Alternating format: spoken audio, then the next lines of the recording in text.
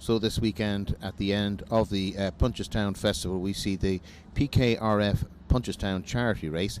It's the 27th running of this particular race here at Punchestown Racecourse. I took an opportunity to catch up with one of the riders in that, and he's the managing partner of Lloyd's in Ireland, Eamon Egan. Since the 1st of November I've been trying to lose the weight, and I started out at 14 stone 1 and I'm now at 11 and a half. So that's been a long road.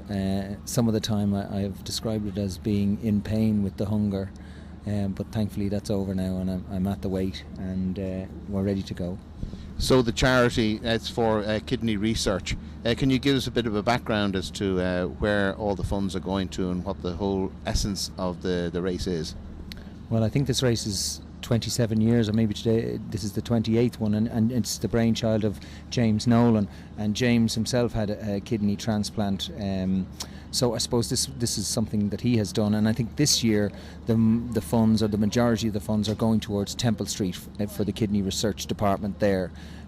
So James brought everybody in there earlier in the week to have a look. I've been there before because we sponsor something at Temple Street as well. So I think it's great, give something to the kids, and I suppose one of our cover holders who knew I trained to be a jockey said to me, Eamon, why don't you do the charity race? And this was last year, and I thought to myself, God, that would close a circle that's been open for 36 years, because it's that long since I trained to be a jockey, but I never got to ride in a race.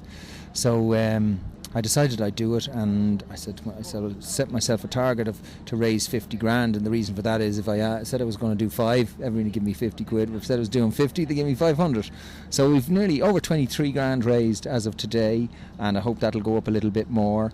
And listen, I'm not going to win. I'm 52 years of age. I've had heart surgery, but I just can't wait. I can't wait, And I have a horse that's with Christy Roach, belonged to JP. So I'm honoured to hopefully get to wear those colours. And no matter what happens, it'll be a great day. And as far as I'm concerned, I've won, because the amount of money that people have been so generously given is fantastic. So there is a regime behind this. You just don't rock up and just swing your leg over a horse and just ride races. There's an awful lot more to it. Can you just give us an idea of the punishment that you've had to give yourself to get to this juncture? Well, as I said, 14 stone 1. So the only way is pain, and it's portion control, sheer bloody-minded determination to just walk away or move the food and just not have it. No potatoes, no biscuits, no bread, no pasta, no carbohydrate at all. I have porridge for my breakfast, very small portion, some lettuce for my lunch, maybe with a little bit of protein with that, and then I have half my dinner in the evening and nothing else. Absolutely nothing else. Of course, you work for a living in the insurance business, so what's the day like? You get up in the morning, and then what happens after that? Well, since the 1st of November, I got in touch with Christy Roach. I led Christy up to win the Lincoln in 1980 on a horse called Folk Hero, trained by Richard McCormick. And I rang Christy and I said to him, we haven't spoken for 36 years. Is there any chance I could have a cup of tea with you? And he said, okay. I went over to see him, and he'd agreed to take me on as a challenge for his contribution, I suppose, to the charity. And so every morning I get up at 5 o'clock, get into the car and drive over to the car. I'll be there at 25 to 7, and we pull out military precision at 5 to 7.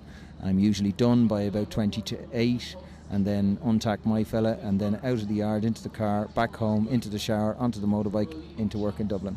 Every day for the last, since November. Well, it's a fantastic gesture, what you're doing. I mean, how are you actually raising the funds? Well, I suppose I have never done it. I can't play golf, I can't do anything else, but one thing I do reasonably well is to ride. So I thought, here's the chance. I've never asked anybody for a penny before to support me in anything, and I have a lot of really good business connections, and I'm also the president this year of the British Irish Chamber of Commerce, so I've got it out there in the media. I haven't really asked, I've just said this is what I'm doing, and so many people have got on board, because weight is such an issue now in Ireland today. It's such a topical issue, and to lose that kind of weight, the doctor said to me, Eamon, I'm not worried about you if you get to 11 stone. So really and truly for me, people I think have got on board with that idea, and they know how difficult it is to lose a few pounds.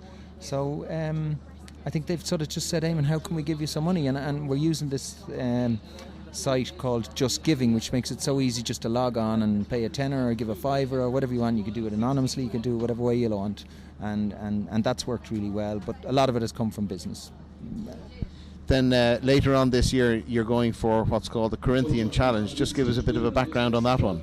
Well, I got a telephone call from the Injured Jockeys Fund, a lady called Trish, and I presume she'd heard that I was riding in this race, and she said to me, Eamon, would you consider continuing on and doing the Corinthian Challenge, which is 3 flat races. The first one in Naas on the 29th of May, then there's one in July in the Curragh, and then Leopardstown in October. And I'm going to love this, and I'm not going to do this race again next year. I'm not going to wait a year. I have too much work to do and whatever else commitment, but I am going to do it for the summer, and I can knock out 4 races for the rest of the year and stay at this weight, and it's going to give something back. I have to raise another 10 grand now to participate in this. I have some ideas about that. I'm not going to tap the same people again, and to ride in Leopardstown, the Curragh is where I started. My mum and dad left me there at an evening meeting 39 years ago with Richard McCormick. They'd never met him before. They drove down from Dublin, left me with this complete stranger, and that was how it was. So to ride there will be a sort of a dream come true nearly.